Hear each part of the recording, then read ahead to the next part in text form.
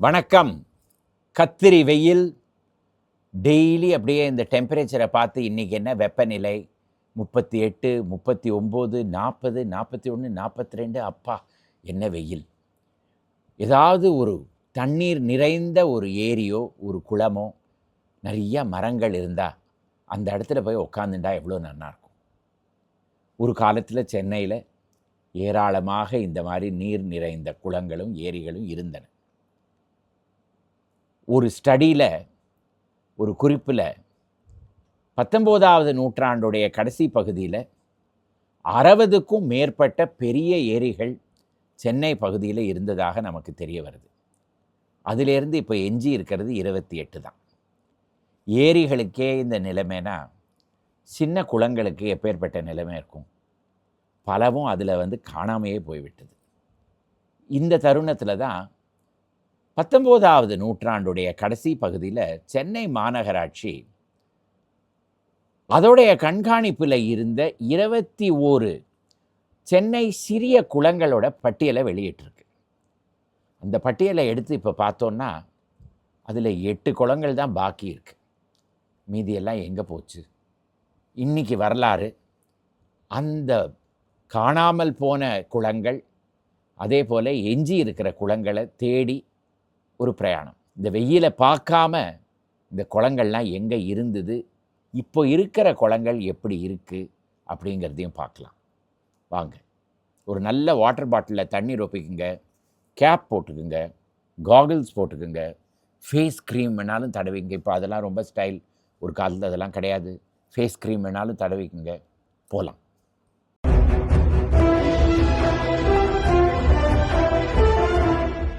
இந்த பட்டியலுக்கு முன்னாடி ஒரு சிறிய வரலாறு. 19வது நூற்றாண்டு வரையில் சென்னையில் இருந்த பகுதிகளுக்கு பைப் மூலமாக தண்ணீர் வந்ததே கிடையாது. ஒரே ஒரு இடத்துல தான் இருந்தது. அதுதான் புனித ஜார்ஜ் கோட்டை. 7 கிணறு 7 வெல்ஸ் அப்படிங்கிற ஜார்ஜ் டவுனுக்கும் வடக்கு பகுதியில் இருந்த ராயபுரம் அருகே இருந்த பகுதியிலிருந்து அங்கே 7 கிணறுகள் வெட்டப்பட்டு முதல்ல மாட்டு வண்டிகள் மூலமாக கிழக்கிந்திய கம்பெனி மக்களுக்காக தண்ணீர் கொண்டு வரப்பட்டது. அதற்கு பிறகு 18வது நூற்றாண்டில் ஜார்ஜ் பேக்கர் அப்படிங்கிறவர் மண்ணால் சுடப்பட்ட மண்ணால் செய்யப்பட்ட பைப் மூலமாக தண்ணியை புனித ஜார்ஜ் கோட்டைக்கு கொண்டு வரத்துக்காக வசதி செய்தார். இப்பொழுதும் அவருடைய பெயரில் ஜார்ஜ் டவுனில் பேக்கர் ஸ்ட்ரீட்னு ஒரு இடம் இருக்குது. அதற்கு பிறகு 19வது நூற்றாண்டுடைய கடைசி பகுதியில் J.A. ஜோன்ஸ் சென்னை மாநகராட்சியில் என்ஜினியராக இருந்தார். அவர் தான் முதல் முறையாக சென்னையுடைய பல பகுதிகளுக்கு புழல் அந்த பகுதிகளிலிருந்து நீரை பைப் மூலமாக கொண்டு வரலாம் அப்படிங்கிற திட்டத்தை வெளியிட்டார். இப்போவும் அவருடைய நினைவில் ரெட் ஹில்ஸில் இருக்கிற அந்த டவருக்கு ஜோன்ஸ் டவர் அப்படின்னு பெயர். 1881வது வருடம் கட்டப்பட்ட டவர். ஒரு வெயில் காலத்துலேயும் கோடை காலத்துலேயும் நீங்கள் பார்த்தீங்கன்னா அந்த டவரோட படத்தை எல்லா பேப்பர்லேயும் போட்டுருவாங்க. தண்ணி இவ்வளோ தான் இருக்குது, இன்னும் இவ்வளோ தான் இருக்குது, இவ்வளோ தான் இருக்குது, குறைஞ்சிட்டே வருது அப்படின்லாம் போடுவாங்க. ஆனால் அந்த படம் என்னவோ ஒன்று தான், எப்போவுமே இருக்கிற அந்த ஜோன்ஸ் டவர் தான். இந்த ஜோன்ஸ் அவருடைய திட்டம் மூலமாக சென்னையுடைய பழம்பகுதிகள் எல்லாம், அப்போது சென்னையில் இருந்த பகுதிகள் எல்லாவற்றுக்கும் பைப் அமைக்கப்பட்டது. ஆனால் இல்லங்களுக்கு தண்ணீர் அது மூலமாக வராது. பைப் மூலமாக தண்ணீர் கொண்டு வரப்பட்டு அந்தந்த பகுதியில் ஏற்கனவே இருந்த குளங்களில் அந்த தண்ணீர் ரொப்பப்படும். அதிலிருந்து மக்கள் பானைகளோ குடமோ ஏதாவது ஒன்று எடுத்து கொண்டு போய் அவங்களுக்கு வேணுங்கிற தண்ணியை அங்கேருந்து எடுத்துகிட்டு வருவாங்க. அந்த பட்டியல் தான் நான் இப்போது எடுத்து சொல்கிற அந்த லிஸ்ட். 19வது நூற்றாண்டுடைய கடைசி பகுதியில் சென்னை மாநகராட்சி தண்ணீர் கொண்டு வந்து கொடுத்துட்டு இருந்த சென்னையோடைய பல குளங்கள். முதல்ல சென்னை 1ல் இருந்த 5 குளங்கள் என்ன அப்படிங்கிறத பார்க்கலாம். இந்த குளங்களில் 3 கோவில்களை சேர்ந்த குளம்.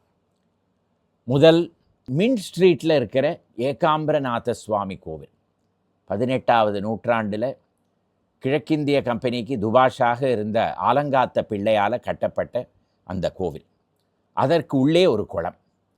அந்த குளத்துக்கு பைப் மூலமாக தண்ணீர் கொண்டு வந்து கொண்டிருந்தார்கள்.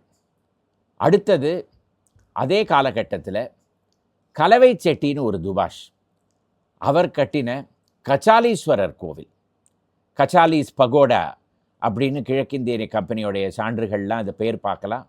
கச்சாலீஸ்வரர் கோவில் அக்ரஹாரம்னு இப்போவும் இருக்குது.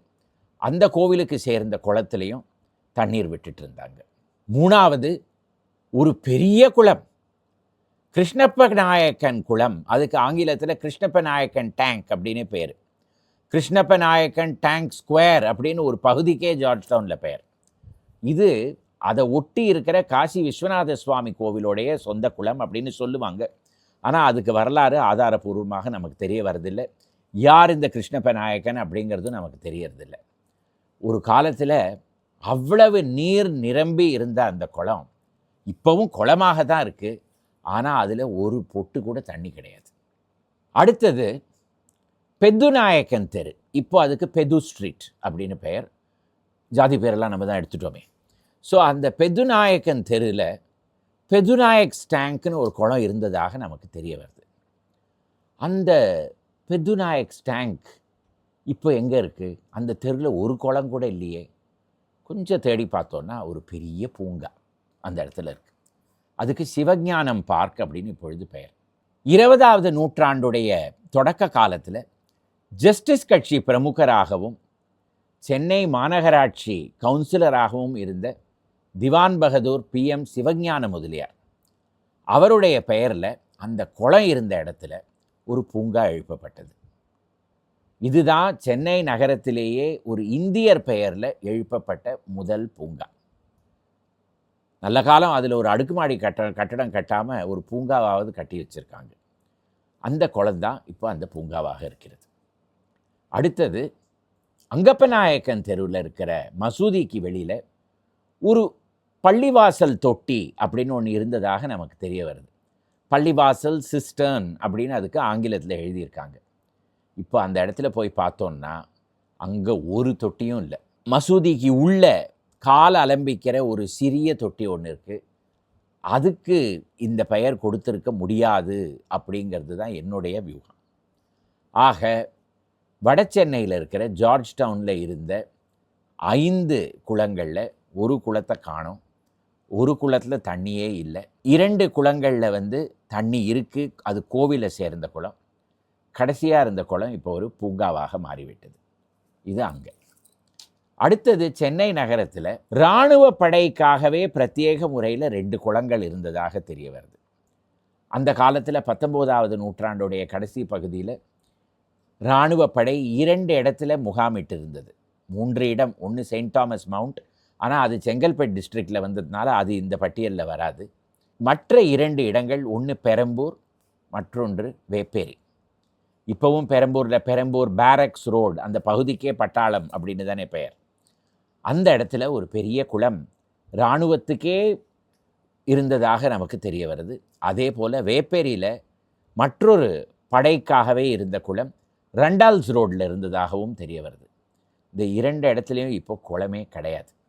ஆக இராணுவ படை நகர்ந்த உடனே அந்த இடங்கள்லேருந்து குளமும் காணாமல் போய்விட்டது அப்படின்னு நமக்கு தெரிய வருது. அடுத்தது சூலை, புரசைவாக்கம், இந்த பகுதிகளெல்லாம் எந்த குளங்களில் தண்ணி வந்துட்டு இருந்தது அப்படிங்கிறது பார்க்கலாம். முதல்ல கங்காதீஸ்வரர் கோவில் புரசைவாக்கம், அதோடைய குளம் இப்போவும் மிக அழகாக இருக்கிற ஒரு குளம். அந்த இடத்துலையும் மாநகராட்சியுடைய தண்ணீர் விடப்பட்டிருந்தது அப்படின்னு நமக்கு தெரிய வருது. இதில் ஒரு சிறிய குறிப்பு என்னென்னா, பழைய ஆவணங்களில், மாநகராட்சி ஆவணங்களில் பார்த்தோன்னா கங்காதரேஸ்வரர் கோவில் அப்படின்னு தான் போட்டிருக்கு. அதற்கு பிறகு சமீப காலத்தில் தான் அதுக்கு கங்காதீஸ்வரர் அப்படின்னு பெயர் மாறினதாக நமக்கு தெரிய வருது. இதை ஒரு குறித்து கொள்ள வேண்டிய ஒரு விஷயம். மக்கள், நகரம், தெரு, இந்த இடங்களுக்கெல்லாம் கூட பெயர் மாறுற போது கடவுளுக்கும் பெயர் மாறிடும் போல இருக்கு. அடுத்தது சூலை பகுதியிலேயே அவதானம் பாப்பையர் ரோடுன்னு ஒன்று உண்டு. அவதானம் பாப்பா ரோடுன்னு இப்போ பெயர். 19வது நூற்றாண்டுடைய தொடக்க காலத்தில் ஒரு மிக பிரபலமாக இருந்த துபாஷ், ஏகப்பட்ட கோல்மால், டுபாக்கூர் விவகாரங்கள்லாம் ஈடுபட்டு தண்டனைக்கும் ஆளானவர். இவரை மையமாக வைத்து சர் வால்டர் ஸ்காட் அப்படிங்கிற ஆங்கில எழுத்தாளர் ஒரு நாவலையே எழுதிட்டார். த சர்ஜன்ஸ் டாட்டர் அப்படின்னு பெயர் அந்த நாவலுக்கு. இந்த அவதானம் பாப்பையா ரோடில் ஒரு குளம் இருந்ததாக தெரிய வருது. இப்போ அங்கே குளமே கிடையாது, ஒரு பூங்கா தான் இருக்குது. ஒருவேளை அந்த பூங்கா தான் அந்த குளமாக இருந்திருக்குமோ தெரியல. அதே போல் இந்த சூளையில் விஜய விநாயகர் கோவில் தெரு அப்படின்னு ஒரு இடம், அதுக்கு இப்போ விஜய விக்னேஸ்வர கோவில் தெரு அப்படின்னு பெயர் மாற்றிட்டாங்க. அங்கேயும் ஒரு குளம் அந்த கோவிலை ஒட்டி இருந்ததாக தெரிய வருது. ஆனால் அங்கே குளமே இப்போ இல்லை. மேப்பில் போய் பார்த்தாலும் தெரியல, அங்கே போய் பார்த்தாலே நம்மளால் கண்டுபிடிக்க முடியல எங்கே இருந்தது அப்படின்னு புரியல. அடுத்தது எக்மோருக்கு போவோம்.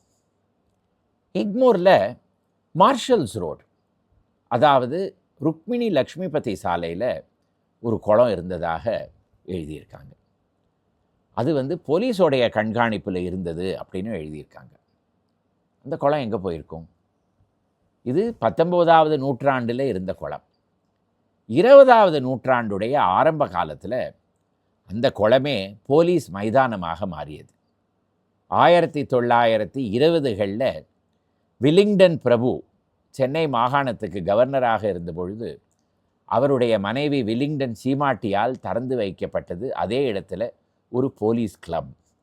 1970களில் அதே இடத்துல கட்டப்பட்டது ராஜரத்னம் ஸ்டேடியம். ஆக ஒரு குளம் ஒரு ஸ்டேடியமாக மாறியது. இதே எக்மோரில் மியூசியமுக்கு உள்ள ஒரு குளம் இருந்ததாக தெரிய வருது. Museum tank. அங்கேயும் மக்கள் போய் தண்ணீர் எடுத்துகிட்டு இருந்திருக்காங்க. நீங்கள் இப்போ கூட மியூசியமோட பின்புறத்தில் போய் பார்த்தீங்கன்னா காடு மாதிரி மரங்கள்லாம் இருக்கும். அந்த இடத்துல இருந்ததோ அந்த டேங்க், அதுதான் இல்லை. 1901ஆவது ஆண்டிலிருந்து விக்டோரியா மெமோரியல் ஹால், அதுதான் இப்போ ஆர்ட் கேலரியாக இருக்குது. ஹென்ரி ஏர்வினால் டிசைன் செய்யப்பட்டு ஃபத்தேபூர் சிக்ரியோட புலந்த் தர்வாசாவுடைய பாணியில் கட்டப்பட்ட அந்த ஆர்ட் கேலரி அந்த குளத்துக்கு மேலே நின்றுட்டுருக்கு. அந்த இடத்துல ஒரு குளம் இருந்தது. எக்மோர் பகுதியிலேயே எக்மோர் ஹைரோட்லேயும் ஒரு குளம் இருந்ததாக தெரிய வருது. அந்த குளம் இப்போ எங்கே இருக்குதுன்னு தெரியல. எக்மோரை தாண்டி திருவல்லிக்கேணிக்கு வருவோம். சேப்பாக். சேப்பாக் அரண்மனை வளாகத்தில் ஒரு குளம், சேப்பாக் டேங்க். இந்த இடத்துல எங்கே இருக்குது இப்போ குளம்? ஒன்றுமே கிடையாது. வரலாறு புத்தகங்களில் போய் படித்து தேடி பார்த்தோன்னா அந்த குளத்துக்கு என்ன ஆச்சு அப்படிங்கிறது ஒரு பெரிய அழகான கதை. முதல்ல ஆங்கிலேயர்கள் கிரிக்கெட் சென்னையில் விளையாட ஆரம்பித்தது செயின்ட் தாமஸ் மவுண்டில். அதற்கு பிறகு அரசு அதிகாரிகளுடைய அலுவலகங்களுக்கு அருகேயே கிரிக்கெட் விளையாட வேண்டும் அப்படிங்கிறதுனால சேப்பாக் அரண்மனையோடைய பின்புறத்தில் ஒரு பகுதி அவங்களுக்கு கொடுக்கப்பட்டது. அந்த இடத்துல தான் 1840களில் மெட்ராஸ் கிரிக்கெட் கிளப் உருவானது. அந்த இடத்துல ஒரு பெரிய நிலம் அந்த கிளப்புக்கு ஒதுக்கப்பட்டது. ஆனால் 1877ஆவது ஆண்டு வந்த பெரும் பஞ்சத்தினால சென்னை நகரத்தில் பக்கிங்ஹாம் கால்வாய் வேலைகள் எல்லாம் தொடக்கப்பட்டன. அப்போது அந்த கிளப் இருந்த இடத்த அரசு எடுத்துக்கொண்டது. தற்காலிகமாக கிளப்பை தீவு திடலுக்கு அனுப்பி வைத்தாங்க. 19ஆவது நூற்றாண்டுடைய கடைசி பகுதியில் கிளப் மறுபடியும் சேப்பாக்கத்துக்கு வந்தது. முன்னாடி இருந்த இடம் ஒரு கால்வாயாக மாறிவிட்டது. அதுக்கு புதியதாக ஒரு இடம் தேவைப்பட்டது. கிடைத்தது ஒரு குளம். அந்த குளத்தை ரொப்பி அதுக்கு மேலே அவங்களுடைய கிரிக்கெட் பிச்சை அமைத்து கொண்டு அந்த இடத்துல கிரிக்கெட் விளையாட ஆரம்பித்தாங்க. அந்த இடத்துல தான் 1970களில் கட்டப்பட்டது நம்ம சேப்பாக் ஸ்டேடியம். ஆக சேப்பாக் ஸ்டேடியமும் நேஷ்னல் கேலரி மாதிரியே ஒரு குளத்துக்கு மேலே கட்டப்பட்ட ஒரு இடம். சேப்பாக் ஸ்டேடியமாக எந்த இடத்துல இருக்குது அப்படின்னு தெரியும். திருவல்லிக்கேணியில் மற்றொரு பகுதி யானை குளம், எலிஃபெண்ட் டேங்க். யானையெல்லாம் குளிக்கிற மாதிரி இருந்த ஒரு பெரிய குளமாக இருந்திருக்கும் போல இருக்கு. நவாபுடைய யானைகளெல்லாம் அந்த இடத்துல குளித்ததாக சில பேர்லாம் சொல்கிறாங்க. இப்போ அந்த பகுதிக்கு போய் பார்த்தீங்கன்னா ஒரு police station, elephant tank police ஸ்டேஷன்னே இருக்குது. எலிஃபெண்ட் டேங்க் ஸ்ட்ரீட்டுன்னெலாம் இருக்குது. ஆனால் எலிஃபெண்ட் டேங்கை தான் காணும். எலிஃபெண்ட் குளிக்கிற மாதிரி இருந்த டேங்கே நம்ம ஒழிச்சு வச்சுருக்கோம்னா நம்ம எப்பேற்பட்ட மக்களாக இருக்கணும்.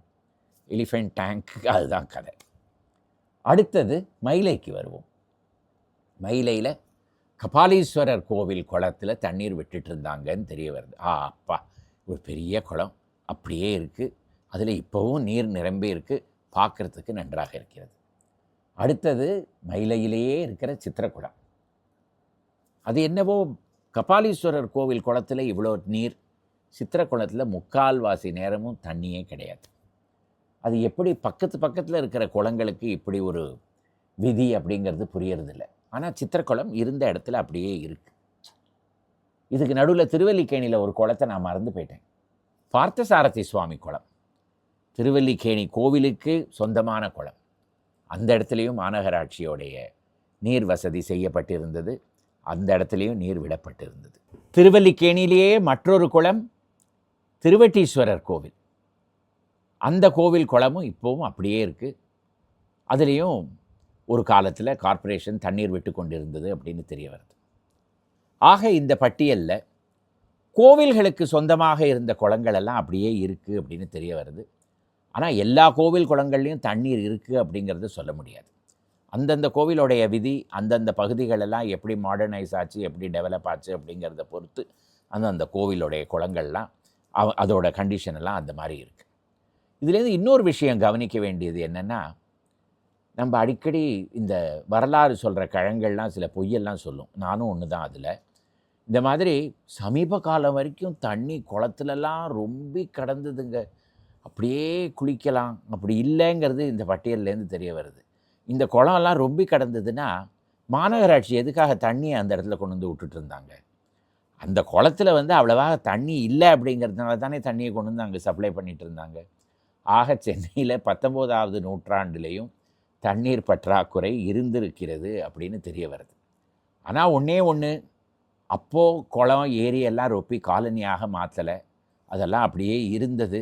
அதனால் மழை பெய்கிற போது தண்ணீர் ரொம்பிட்டு இருந்தது. அதே மாதிரி மாநகராட்சி தண்ணீர் விட்டுட்டு இருந்ததுன்னா இந்த குளங்கள்லாம் ரொம்பிட்டு இருந்தது. இப்போ அதுக்கெல்லாமே வசதி இல்லாமல் போய்விட்டது. இதில் இன்னொரு விஷயம் கவனிக்க வேண்டியது, 1970கள் வரையில் சென்னை வரலாறில், அதாவது நகரம் மெட்ராஸாக இருந்த வரையில் தண்ணீர் பற்றாக்குறை தான் அதோடைய வரலாறு. இதே மெட்ராஸ்லேருந்து சென்னை அப்படின்னு பெயர் மாறின உடனே அது என்ன நியூமராலஜியாக என்னன்னு தெரியாது, வெள்ளம் தான் அதோடைய வரலாறு.